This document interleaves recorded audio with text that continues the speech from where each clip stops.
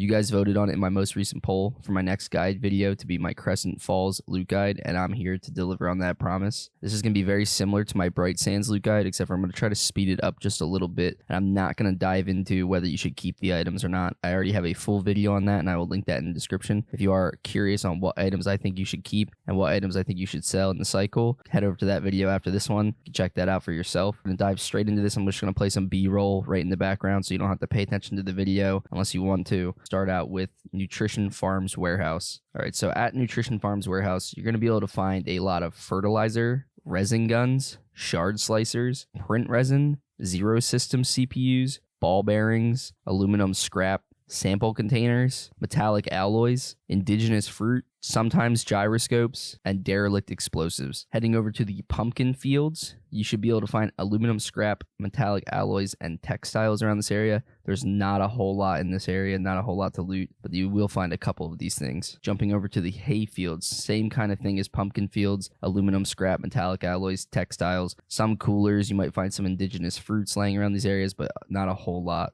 Next, we will head down south to the Crystal Cave. This is just a cave system on Crescent Falls. You'll be able to find some focus crystals, both pure and regular, and there are some small loot containers laying around where you might be able to find some zero system CPUs and some attachments and stuff like that. Next up, we have the Nutrition Farms Processing. Over here, you have the Overseer's Office Key. There is a gun crate in here, and this is a tier 5 zone, so the gun crate will be a tier 6. You can find exotic and epic weapons in here, so if you have that key, it's definitely a good place to run. This is a good place for smart mesh, fertilizer, resin guns, auto loaders, portable labs, shard slicers, print resin, ball bearings, metallic alloys, indigenous fruits are everywhere here. Kotek multi-tools, derelict explosives, whole lot here. This is a very good spot to hit. And then right next to the Nutrition Farms, you have Favela. Favela is a super high trafficked area, so you definitely want to be careful when you go through here. You have 2 key rooms. You have the loose house key and the coveted community room key. If you do have both of these keys, in total, you'll be able to get 3 gun boxes in a tier 5 zone, so all 3 of those gun boxes are tier 6. Super good run, and Tickle Me Pink does have a full loot guide on that, and I will link that in the description if you are curious on how to run the Favela loot run. But in Favela, you'll be able to find resin guns, smart mesh, focus crystals, pure and regular around the area, auto loaders, portable labs, shard slicers, interactive screens, cables, shock absorbers, pistons, radio equipment, biological samplers, old medicine, print resin, zero system CPUs, master CPUs, aluminum scrap, sample containers, textiles, derelict explosives. There's just so much in this area, and it's such a highly profitable area, but it comes at a big risk of running into other players, so be careful. All right, heading over to the Geothermal Plant. There's not a whole lot here. There is a puzzle, so if you are interested in getting miniature reactors, this is a nice puzzle place. You do have to be careful because there is a crusher in the lagoon right next to it, and you have a lot of people coming out of Favela and running here because it is an extract, so be careful. But you will be able to find industrial loot here, so like shock absorbers, ball bearings, aluminum scrap, metallic alloys, compound sheets, all the basic industrial loot. Next up, we have the Lakeside Building, another super